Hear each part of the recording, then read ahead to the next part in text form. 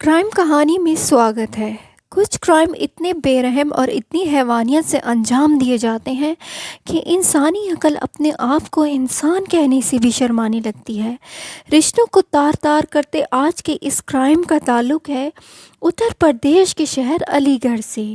अलीगढ़ शहर की सरोज नगर कॉलोनी में मशहूर ज्वेलर्स कुलदीप वर्मा अपनी पत्नी कंचन वर्मा के साथ रहते थे। उनका ये घर ईटा चौंगी चौराहे से करीब 100 किलोमीटर की दूरी पर था। कुलदीप वर्मा रोज़ाना की तरह 19 फरवरी 2021 को अपना नाश्ता पानी करके नौरंगा अपने शोरूम चले गए। उनके जाने के बाद कंचन वर्मा घर के कामों में मसरूफ़ हो गई। दोपहर 1:30 के करीब कंचन वर्मा अपने छोटे दामाद को जन्मदिन की बधाई देने के लिए फ़ोन करती हैं।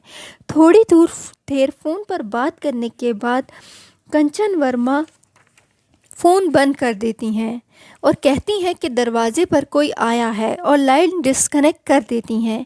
उसी दिन शाम को 4:45 पर कुलदीप वर्मा की बहन अनीता अपनी भाभी कंचन वर्मा से मिलने उनके घर आती हैं।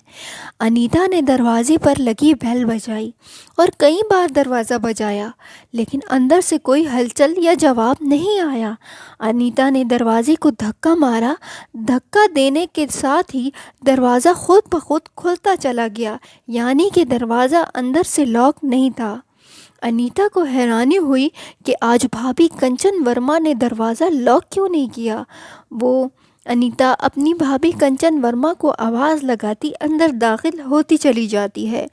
जब वो कंचन वर्मा के बेडरूम के पास पहुंचती है तो अनीता क्या देखती है कि बेडरूम का सारा सामान बिखरा पड़ा है और ज़मीन पर कंचन वर्मा की चूड़ियाँ पड़ी हुई हैं।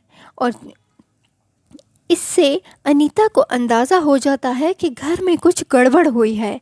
अनीता ये सब देखकर तुरंत अपने भाई कुलदीप वर्मा को इस घटना की जानकारी देती हैं और साथ वाली पड़ोसन जो अनीता की दूसरी भाभी भी थी उसे भी बुला लेती हैं। थोड़ी देर बाद कुलदीप वर्मा फ़ौरन अपने घर पहुंच जाते हैं। कुलदीप वर्मा अपने पत्नी कंचन वर्मा की घर में तलाश शुरू कर देते हैं। तलाश के दौरान कुलदीप वर्मा की नज़र बाथरूम पर पड़ती है तो वो क्या देखते हैं कि बाथरूम की कुंडी बाहर से लगी हुई है। कुलदीप वर्मा फ़ौरन बाथरूम की कुंडी खोलते हैं और दरवाज़ा जब खोलते हैं तो सामने कंचन वर्मा बाथरूम के फर्श पर पड़ी हुई होती हैं। उन्हें गैस की बदबू भी महसूस होती है तो क्या देखते हैं कि गीज़र के गैस की पाइप कटी हुई है। वो फ़ौरन कंचन वर्मा को लेकर अस्पताल पहुंचते हैं, लेकिन तब तक बहुत देर हो चुकी होती है। डॉक्टर्स ने कंचन वर्मा को चेक करने के बाद ये घोषित कर दिया था कि कंचन वर्मा तो मर चुकी है। इस सब मामले के दौरान किसी ने इस तमाम घटना की खबर पुलिस को भी कर दी थी। सूचना मिलते ही थाना प्रभारी छोटे लाल पुलिस टीम के साथ मौके वारदात पर पहुंच जाते हैं। दिन दहाड़े लूटमार और कत्ल की इस वारदात ने इलाके अलीगढ़ में सनसनी फैला दी थी। घनी आबादी वाले इलाके में हत्या और लूट मार के कांड को लेकर लोग आक्रोशित होकर हंगामा करने लग जाते हैं। चूँकि कुलदीप वर्मा एक मशहूर व्यापारी भी थे, इसलिए इस घटना के होते ही व्यापार मंडल के बड़े बड़े व्यापारी भी मौका वारदात पर पहुंच जाते हैं। मामला गंभीर होते ही पुलिस इंस्पेक्टर ने इस घटना की खबर आला अफसरों को दे दी थी, जिनमें एसएसपी मुनि जी, एसएसपी गुलदीप और क्राइम ब्रांच के डॉक्टर एसपी अरविंद कुमार चाय हादसा पर पहुंच जाते हैं। एसएसपी ने फ़ौरन फॉरेंसिक की अच्छी टीम को कुलदीप वर्मा की घर की जांच पड़ताल के लिए बुला लिया था। फॉरेंसिक टीम ने बड़ी बारीकी के साथ तमाम घर की जांच पड़ताल की। ये तो तय था कि ये हत्या लूट मार के इरादे से की गई है, लेकिन क्योंकि लुटेरे घर में रखी गई तिजोरी में पड़े गहने, हीरे, सोने चांदी के जेवरात लूट कर ले गए थे और इन तमाम गहनों की मालियत 1 करोड़ से भी ज़्यादा थी। पुलिस ने एक बात का सुराग लगाया कि हत्यारा और लुटेरा जो कोई भी था घर में फ्रैंकली दाखिल हुआ था, क्योंकि घर में ज़बरदस्ती घुसने के कोई आसार नहीं थे, यानी हत्यारा जान पहचान वाला था जिसके लिए कंचन वर्मा ने खुद दरवाज़ा खोला था। रिश्तेदारों का कहना ये था कि कंचन वर्मा कभी भी अनजान लोगों को दरवाज़ा नहीं खोलती थी। कंचन वर्मा सिर्फ जानने वालों को दरवाज़ा खोला करती थीं, जिसमें उनके बेटा बेटी, दूध वाला, नौकरानी, ख़ास रिश्तेदार और दोस्त शामिल हैं। घर में एक पालतू कुत्ता भी था जो कि पुलिस वालों को घर की ऊपरी मंजिल में कमरे के अंदर बंद मिला। पड़ोसियों में से भी किसी ने भी उस दिन कुत्ते के भौंकने की आवाज़ नहीं सुनी थी। अगर लुटेरे अनजान होते तो कुत्ता ज़रूर भौंकता, यानी लुटेरा जो भी था कुत्ता उसे अच्छे तरीके से पहचानता था। खैर, अच्छे से जांच पड़ताल के बाद पुलिस ने लाश पोस्टमार्टम के लिए भिजवा दी और कुलदीप वर्मा की शिकायत पर नामालूम हत्यारे के खिलाफ धारा 302 और 394 के तहत रिपोर्ट दर्ज कर ली। इस क्राइम केस की कहानी को अच्छे और समझने के लिए आइए थोड़ी नज़र कुलदीप वर्मा की परिवार पर डालते हैं। कुलदीप वर्मा महेंद्र नगर के रहने वाले थे। कुलदीप 5 भाइयों में दूसरे नंबर के हैं। सबसे बड़े भाई मर चुके हैं। कुलदीप के सबसे छोटे भाई हैं महेंद्र, और कुलदीप के पिता ज्ञानचंद की शुरू से ही ज्वेलरी की दुकान थी। ज्वेलरी का काम कुलदीप वर्मा का ख़ानदानी काम था। चारों भाई सरोज नगर में नई बनी कॉलोनी में अपने मकान बनवा कर एक साथ रहने लगे थे। चारों भाइयों का अपना अपना सराफा का कारोबार था, जिसमें कुलदीप वर्मा का कारोबार सबसे अच्छा चल रहा था। कुलदीप वर्मा के बच्चों में 2 बेटियां पायल और काजल और एक बेटा योगेश राजा शामिल हैं। बेटियों की शादी अलग अलग शहर में अच्छे अच्छे घरों में हो चुकी हैं। कुलदीप वर्मा के अकलौते बेटे योगेश राजा ने शहर के ही कपड़ों के व्यापारी की शादीशुदा बेटी से लव मैरिज कर ली थी। चूँकि लड़की दूसरी बरादरी की थी और योगेश राजा से उम्र में बड़ी भी थी, इसलिए कुलदीप वर्मा और उनकी पत्नी कंचन वर्मा, दोनों बेटियां पायल और काजल, योगेश राजा से नाराज़ थीं और वो इस शादी को कबूल करने के लिए राज़ी नहीं थे। राजा अपने माँ बाप और बहनों की नाराज़गी की वजह से अपनी पत्नी के साथ जीवीए मॉल के सामने किराए के मकान में रहते थे। वारदात की जानकारी मिलते ही वो भी घर आया हुआ था। कुलदीप वर्मा मशहूर ज्वेलर थे, इसलिए इस घटना के बाद बहुत सारे सियासी लोगों की आमद का सिलसिला घर में शुरू हो चुका था। कॉलोनी में भी भीड़ जमा थी। सराफा व्यापारियों ने प्रोटेस्ट में अपनी दुकानें भी बंद कर दी थी। साथ ही सराफा बाजार के बड़े व्यापारियों और कुलदीप वर्मा ने पुलिस क्राइम ब्रांच को जल्द अज जल्द इस केस के खुलासे की बात की थी। आईजी पीयूष मोडिया भी मौके वारदात पर की जगह जांच पड़ताल के लिए पहुंच गए थे। आला अफसरों को इस मामले के जल्द खुलासे का आदेश दिया जाता है। साथ ही आईजी पीयूष वर्मा पीड़ित परिवार से भी मिलते हैं। इस मामले को जल्द अज जल्द खुलासे के लिए आईजी ने 2 टीमों को तश्कील दिया था।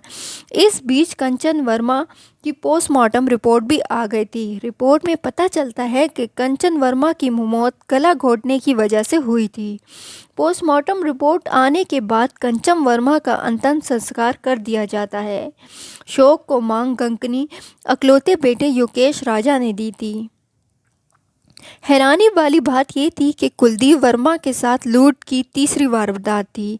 2017 में भी दिन दहाड़े कुछ लुटेरों ने कुलदीप वर्मा की दुकान पर फायरिंग करके सारी दुकान लूट ली थी और इस घटना के दौरान कुलदीप को गोली भी लगी थी। हालांकि इस घटना का कुछ दिन बाद मुख्य आरोपी बुलंदशहर में सिकंदराबाद में मारा गया था और उसके साथी भी पकड़े गए थे। और 2017 में भी हुई कुलदीप वर्मा की दुकान की लूटमार के टाइम के एसएसपी मुनिराज ही थे, जो आज भी कुलदीप वर्मा के केस को देख रहे थे। खैर, पुलिस ने कुलदीप वर्मा की पत्नी कंचन वर्मा के हत्याकांड के खुलासे के लिए सिलसिलावार जांच पड़ताल शुरू कर दी थी। पुलिस के पास इस टाइम 5 मेन पॉइंट थे जिनके आधार पर वो जांच पड़ताल कर रही थी। जैसा कि कंचन वर्मा के रिश्तेदारों, दोस्तों और बच्चों ने पुलिस को बताया था कि कंचन वर्मा सिर्फ जांचने जानने वालों के लिए ही दरवाज़ा खोलती थी। दोपहर 12 से 1 बजे काम वाली आ जाती थी। उसके बाद कंचन वर्मा नहाने के लिए बाथरूम चली जाती थी। पुलिस ने अनुमान लगाया कि जब कंचन वर्मा नहाने के लिए बाथरूम गई, उसी समय लूट मार की वारदात को अंजाम दिया गया होगा। पुलिस ने सबसे पहले नौकरानी अंजू पर शक जाहिर किया और नौकरानी अंजू का मोबाइल पुलिस ने कब्जे में ले लिया। पुलिस की चेकिंग शुरू हुई। नौकरानी अंजू पर एक और शक की बड़ी वजह अंजू का पति था, जो कि लुटेरा और चोर था और गैंगस्टर केस में जेल में बंद था। अंजू घटना से 20 दिन पहले काम पर लौटी थी और 2 साल पहले वो कुलदीप और कंचन के घर पे काम करती थी। 1 साल पहले वो काम छोड़कर जा चुकी थी। पुलिस आसपास लगे सीसीटीवी भी खंगाल रही थी। पुलिस ने लगभग 50 सीसीटीवी खंगाल डाले थे। इन सीसीटीवी जांच पड़ताल के दौरान पुलिस को कुलदीप वर्मा के बाहर की गली में लगे सीसीटीवी फुटेज के दौरान नीले सूट में एयरफोन लगाए एक महिला घूमती नजर आई, जिसने बाइक सवार 2 लोगों को एक बैग पकड़ाया था। बाइक सवार को बैग पकड़ाने के बाद वो महिला वहां से पैदल चली गई थी। अब पुलिस उस महिला और उस 2 बाइक वालों की पहचान में जुट जाती है। सीसीटीवी फुटेज साफ ना होने की वजह से पहचान हालांकि बहुत मुश्किल आ रही थी। पुलिस अब भी खाली हाथ थी। पुलिस के लिए ये केस अब एक चुनौती बनता चला जा रहा था। दूसरी तरफ इलेक्ट्रॉनिक मीडिया और प्रिंट मीडिया में ये केस सुर्खियों में था। पुलिस के आला अफसर भी इस मामले पर नज़र रखे हुए थे, इसलिए एसएसपी मुनिराज पर भी इस केस का बहुत दबाव था। इसी बीच 20 फरवरी 2021 को पुलिस को कुलदीप वर्मा के अकलौते बेटे योगेश राजा के मोबाइल पर एक शाम 7 बजे के करीब एक ऐसी कॉल मिलती है जो ये कॉल पुलिस को कातिल तक पहुंचा देती है। इस कॉल को पुलिस ने फौरन ट्रेस किया। पुलिस का माथा ठनका। इस कॉल में योगेश राजा अपनी पत्नी से कह रहा था, सब ठीक चल रहा है, पुलिस दूसरी दिशा में काम कर रही है, तुम अपना इलाज अब अच्छे से कराना।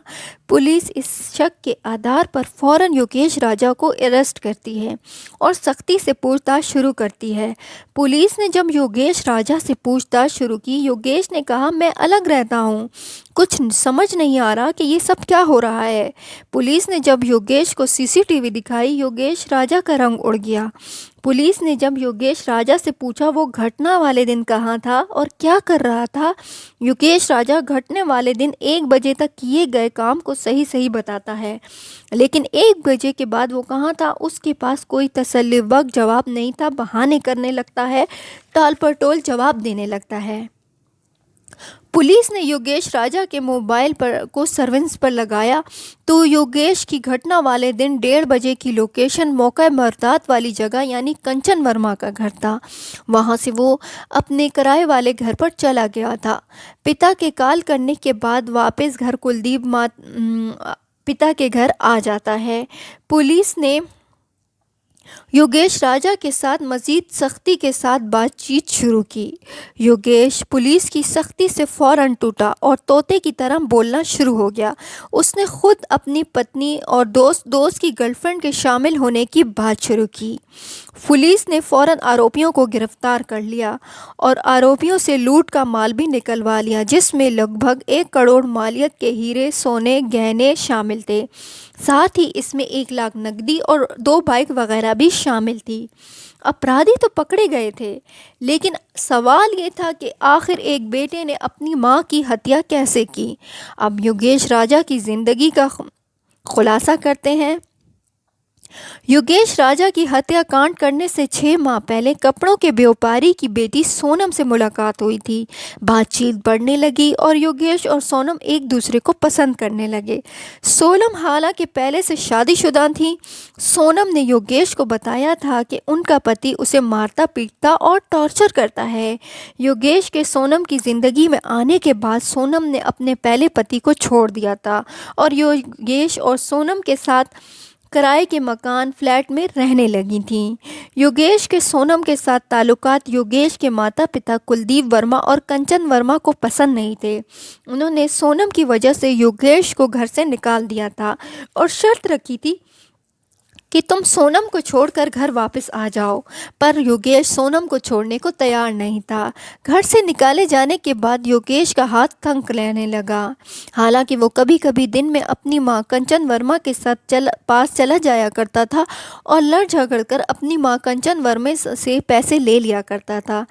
योगेश का हाथ तंग होने की वजह से उसके तमाम दोस्तों ने मुंह मोड़ लिया था, लेकिन योगेश के इस समय में योगेश का एक दोस्त तनोज चौधरी उसकी आर्थिक मदद करता है। तनोज चौधरी खुद भी एक अच्छे अमीर घराने से होता है, लेकिन तनोज चौधरी योगेश का दोस्त भी उसकी कब तक मदद कर सकता था। कुछ दिन बाद तनोज चौधरी को अपनी गर्लफ्रेंड रेने से शादी करने के लिए कुछ पैसों की ज़रूरत पड़ती है।